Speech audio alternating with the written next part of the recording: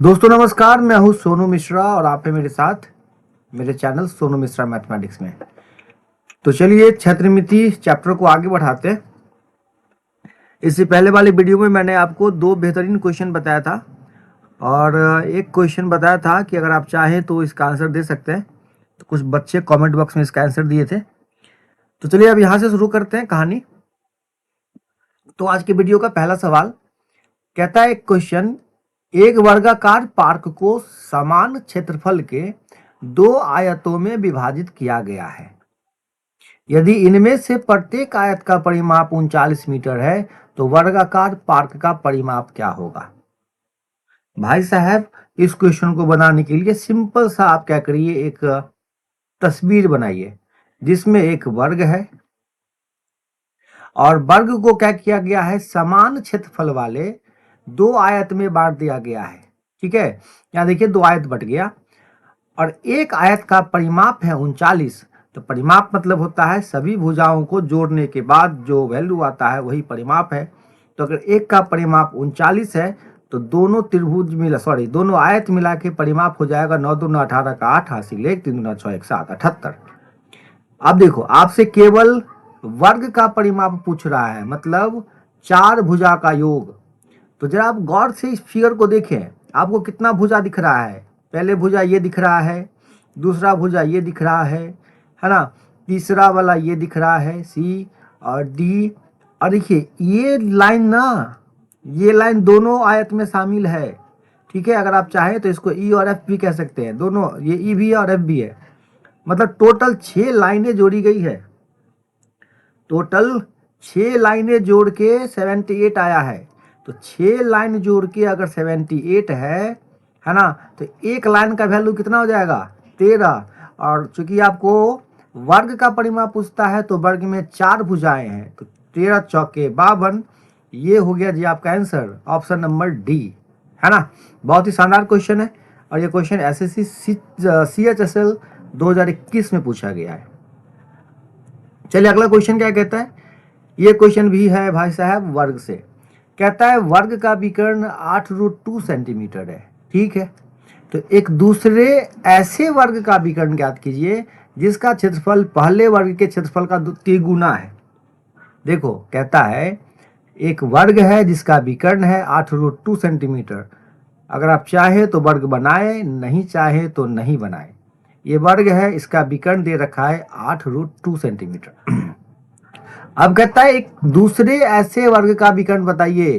कहता है दूसरा कोई ऐसा वर्ग बनाइए जिसका एरिया, है ना, क्षेत्रफल पहले वर्ग के क्षेत्रफल का तिगुना है। मतलब ये वाले वर्ग का तिगुना अगर करेंगे ना तो ये वाला वर्ग आता है। तो वर्ग का विकर्ण क्या होता है भाई, √2 गुने भुजा होता है।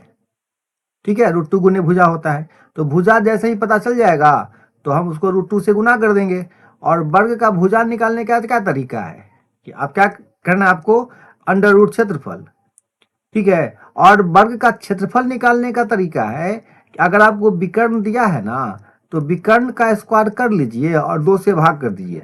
ठीक है, अगर ये तीन फॉर्मूला जिस बच्चे को आता है ना, फ्रैक्शन ऑफ सेकेंड के ऐसे क्वेश्चन को सॉल्व कर देगा। अब कैसे सॉल्व करेगा, सबसे पहले वो क्षेत्रफल निकाल लेगा। ठीक है, ये वाले वर्ग का जिसका विकर्ण 8√2 है। तो क्षेत्रफल कितना हो जाएगा, 8√2 गुना 8√2 बट्टा 2। ये √2 से √2 खत्म हो जाएगा, 2 हो जाएगा, 8 8 64। अब 64 हो गया क्षेत्रफल। 64 क्या हो गया, क्षेत्रफल। अब तो हमको ये वाले पहले वाले वर्ग का क्षेत्रफल आ गया। अब इसका क्षेत्रफल हो जाएगा 64 गुना 3। अब हमको इसी का विकर्ण चाहिए। ठीक है, तो सबसे पहले टारगेट कर लेंगे इसके भुजा पे। तो भुजा कितना निकल जाएगा, भुजा निकल जाएगा √64 गुना 3। ठीक है, अब देखिए भुजा निकालने का फॉर्मूला अंडर रूट क्षेत्रफल, तो क्षेत्रफल होगा 64 गुना 3। अब 64 गुना 3 कितना हो जाएगा, 8√3।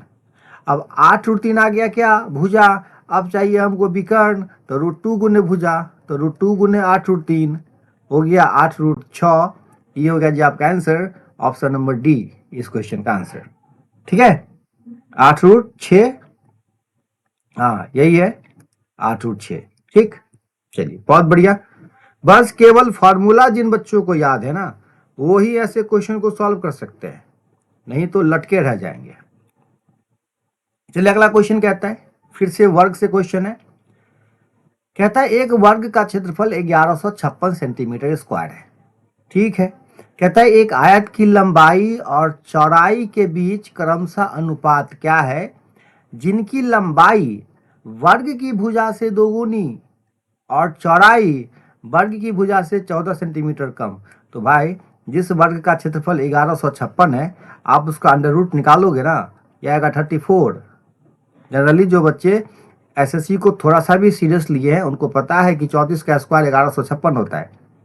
अब देखिए, तो जिसकी भुजा निकल गई 34, तो ऐसे आयत के लंबाई चौड़ाई का अनुपात निकालना है जिसकी लंबाई वर्ग की भुजा से दोगुनी है, मतलब 34 दूना 68। ठीक है, लंबाई, और चौड़ाई कितना है, वर्ग की भुजा से 14 कम, मतलब कितना 20। 14 कम हो गया, कितना 20 हो गया। अब रेशियो निकाल देना है, तो रेशियो निकलेगा 4 से कटेगा, 17 चौका 68। ठीक है, और 4 पंचे 20, 17:5, ये हो गया जी आपका आंसर। ठीक है, बहुत सिंपल है, 17 चौके 68 और 5 चौके 20। ठीक है, चलिए बहुत ही बेहतरीन दो और क्वेश्चन आज इस वीडियो में हम जानेंगे। ये दोनों क्वेश्चन समबाहु त्रिभुज से है ना। तो क्वेश्चन कहता है कि एक्स वाई और जेड तीन समबाहु त्रिभुज है। एक्स और वाई के क्षेत्रफल का योग जेड के क्षेत्रफल के योग के बराबर है। तीन समबाहु त्रिभुज है, मान लो एक ये है, एक ये है और एक ये है। कहता है कि एक्स वाई जेड तीन है, ये एक्स है, ये वाई है और ये जेड है। तो एक्स और वाई का क्षेत्रफल का योग, एक्स और वाई को जोड़ दोगे तो किसके बराबर आएगा, जेड के बराबर। यदि एक्स और वाई की भुजाओं की लंबाई 6 सेंटीमीटर और 8 सेंटीमीटर है, इसकी लंबाई 6 सेंटीमीटर, इसकी 8 सेंटीमीटर, तो पूछता है जेड का कितना होगा। तो भाई बहुत सिंपल तरीके से आपको क्या करना है, समबाहु त्रिभुज का क्षेत्रफल का फॉर्मूला लिख लेना है। तो समबाहु त्रिभुज का क्षेत्रफल क्या होता है, √3/4 गुना भुजा स्क्वायर। तो भुजा कितना हो जाएगा, 6 स्क्वायर। दूसरा कितना हो जाएगा, √3/4 गुना 8 स्क्वायर। और ये किसके बराबर हो जाएगा, √3/4 गुना भुजा स्क्वायर। तो भुजा कितना इसका, x है। तो √3/4 कॉमन ले लेंगे ना, तो √3/4 कॉमन ले लेंगे तो यहाँ आ जाएगा 6 स्क्वायर प्लस 8 स्क्वायर बराबर √3/4 गुना x स्क्वायर। √3/4 कैंसिल, तो x स्क्वायर बराबर आ गया, ये सॉल्व हो जाएगा 100। तो x बराबर आ गया 10। ठीक है, x बराबर 10 कहाँ हो भाई, यहाँ हो, हाजिर हो। ठीक है, तो उम्मीद करता हूँ कि सारा क्वेश्चन आपके समझ में आ गया होगा। अगर समझ में आ गया है ना, तो एक क्वेश्चन मैं आपको देता हूँ। ठीक है, एक समबाहु त्रिभुज एबीसी के अंदर केंद्र O वाला एक अंतर्वृत्त खींचा जाता है और भुजा की लंबाई 12 सेंटीमीटर है। तो उस त्रिभुज का क्षेत्रफल ज्ञात कीजिए जो अंतर्वृत्त में नहीं है। आप इस क्वेश्चन का आंसर कमेंट बॉक्स में दे। ठीक है, और अगर आप क्वेश्चन सॉल्व कर लेते हैं तो बहुत अच्छी बात है, नहीं कर पाते हैं तो आप अगले वीडियो का इंतजार करेंगे जिसमें मैं आपको इस क्वेश्चन का बेहतरीन सोल्यूशन बताऊंगा।